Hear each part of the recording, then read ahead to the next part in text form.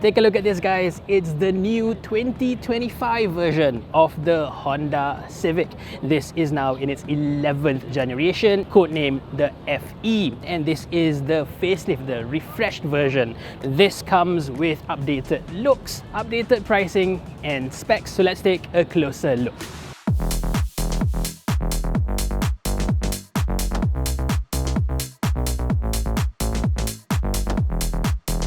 This 11th generation Civic may look brand new, but it's been around since 2022, and now being 2025, that means it's actually 3 years old. So this midlife facelift, midlife update is coming at the perfect time. This being a facelift, let's talk about the updated styling first.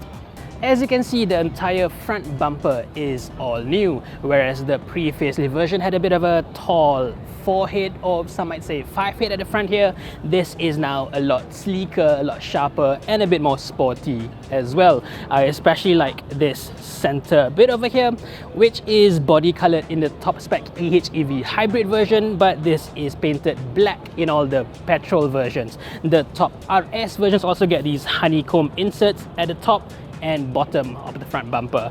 Overall, I think it looks way better, much more modern than the outgoing pre-facelift version. At the back here, it looks exactly the same as the old version, but the facelift does bring about slightly darker smoke tail lamps, as well as a slightly updated RS badge. Beyond that, exactly the same ducktail spoiler on the RS, and a single exhaust for the hybrid, double exhaust for all the petrol versions. Also new visually are these really nice looking 7-spoke alloys with a matte grey finish. These are exclusive to the top spec PHEV RS variant. The really sporty looking double 5-spoke pattern on the petrol RS are exactly the same as before, but they look good, so that's not an issue for me at all. Also introduced for the facelift is a new color option, Canyon River Blue Metallic. I think that looks pretty cool. Inside is largely the same, but the center 9-inch screen has been updated now with Google built in, which means for the very first time for a Japanese car here in Malaysia, you now get integrated access to Google Maps, Google Play Store, as well as Google Assistant voice recognition system. Better yet, this 9-inch screen is now standard across the entire range. So even if you buy the most basic Civic E version, you still get the same exact screen as the rest of the entire range. That is a really nice addition. Beyond that, if you get the top RS models, you get a wireless charger down below. And for all variants, all the USB ports have been updated to the newer USB-C ports. Even more significant, I'd say all variants now come standard with window tinting, so you don't have to send your car to an accessory shop after you've taken it out of the showroom. Another meaningful change is the addition of an individual drive mode for the hybrid version. So for instance, you can keep the engine sound in sport mode while having everything else in normal. I think a lot of people would prefer that. This is similar to an individual driving mode of a BMW. I think that's really nice to have. As for things I don't like, this still only has a Honda lane watch camera on the left and not a full 360-degree camera like in most other cars in this price range, and there is still no option for a Bose branded speakers.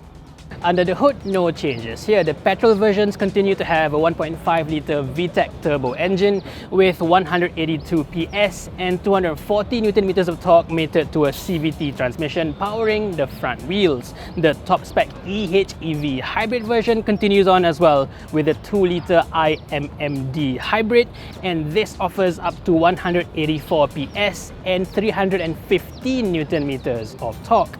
Between the two, both are pretty quick, but the hybrid version, despite having a naturally aspirated engine, is actually the quicker of the two, and obviously it also comes with much better fuel consumption figures as well.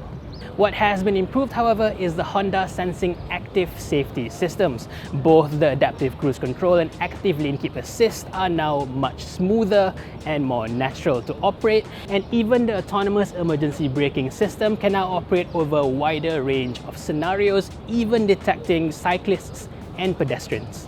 One last thing is the pricing. The base Civic E now starts from 133,900 ringgit, which is actually up 2,000 ringgit compared to the pre-facelift version. But like I've been mentioning, you do get a lot more kit for the price. I mean, the bigger screen and the full tinting, that's definitely worth more than 2 grand right there. The mid-spec petrol V stays exactly as before at 144,900, while the petrol RS is actually now 2,000 ringgit cheaper than before at 149,900. The top of the range EHEV RS is exactly the same as before, 167,900 ringgit. So this is it guys, the updated 2025 version of the Honda Civic facelift here in Malaysia. As usual, it comes with very minor updates here and there, but overall it does make it a much more desirable car than before. So what do you think? Do you think all these updates are good enough to keep this Civic at the top of its class? Considering even before the facelift, it has held over 80% of all the non-national C-segment sedan market here in Malaysia. Do let me know in the comments section below. Thank you for watching everyone, and stay safe.